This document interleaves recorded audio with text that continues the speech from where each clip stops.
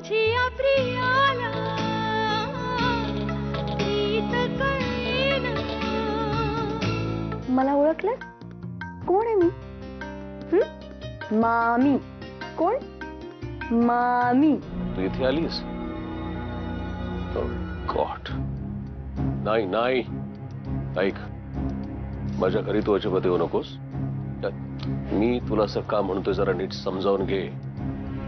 हा, ऐक, इथली परिस्थिती आता पूर्ण बदललेली. मी आता अभिजितच्या घरी आहे. मी तुला नंतर भेटतो. बरं मला एक सर, कुठे उतरलीस म्हणाली?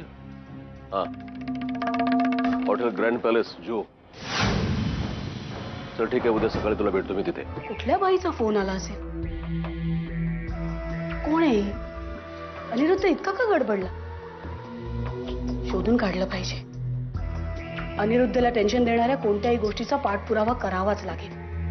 आणि हे तर इट लुक्स समथिंग सिरियस.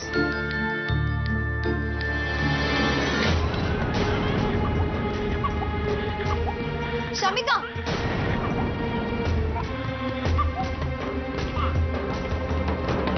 दे तिला इकडे. ओ ग ओ शमिका, अगं काय हे? सांभाळता येत नसेल तर घेत नको जाऊ. अगं तसं नाही, मला दोन्ही एका वेळी नाही धरता आलं. माधुरी काय झालंय? माधुरी, अगं फक्त दूध सांडलंय ना, पुसून टाकूया आपण. आई अगं भुकेने कळवळतीये ग ती. हो माधुरी, 2 मिनिटात दुसरं दूध देते बस. अगं एकदम सवय असते का कोणाला? येईल हळूहळू तिला सुद्धा. शमिका, मला ना तुम्हा दोघांचा खूप अभिमान वाटतो. आज या सिच्युएशन मध्ये जर तुम्हा दोघांच्या ठिकाणी दुसरं कोणी असतं ना, पळून जाऊन लग्न करून माझ्या समोर आले असते, तेव्हा मी काहीच करू शकलो नसतो. पण अपेक्षित नो डाऊट त्या पोरावरती खूप चांगले संस्कार आहेत. तो थांबला. आम्हा सगळ्यांचा आशीर्वाद घेण्यासाठी तो थांबला. Proud of you. मी एकटी तरी कुठे कुठे पुरी पडणार आहे? मेघ नाही नाही हाताशी. अरे अभिला विचारायला पाहिजे. तिला कळवलंय तर की नाही लग्नाची तारीख वगैरे? काय करणार?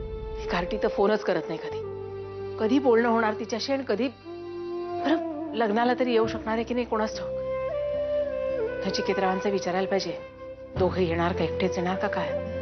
आय होप तुझ्या लाईफचा शेअरचा ग्राफ कायम वरतीच चढत राहणार, कधीच खाली येणार नाही बघ. Thank you sir. सर, माझी अशी फार इच्छा आहे की या फर्म मध्ये परमनंट एम्प्लॉय म्हणून जॉईन व्हावा. No problem, welcome. फक्त ऑफिशियल शेअर ब्रोकर म्हणून तुला तुझ्या नावाचं लायसन्स काढावं लागेल. थोडं पेपर वर्क आहे, जरा वेळ लागेल, पण होऊन जाईल. ग्रेट. सर, मी जॉईन झाल्यावर पहिली इन्व्हेस्टमेंट माझ्या फियांसे शमिकाच्या नावानं करेन. Good. All the best. Thank you sir. एवढी मायाची माणसं आहेत इथे, पण कधी कधी ना आपल्या आईची खूप आठवण येते ग मला. खूप गरज भासते तिची, आपल्या सख्या आईची. म्हणजे बघ ना, तिच्या मांडीवर डोकं ठेवून आपली सगळी सिक्रेट्स शेअर करू शकतो आपण.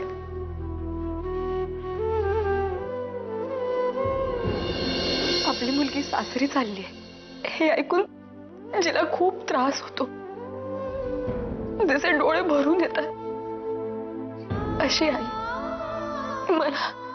मला खूप आठवण येते ग आपल्या आईची. आईला वाटतंय मेघना US मध्ये मजेत आहे. मेघना तर इथेच आहे. हे जेव्हा आईला कळेल तेव्हा आई सगळं समजून घेईल की मेघना सारखीच कोलॅप्स होईल.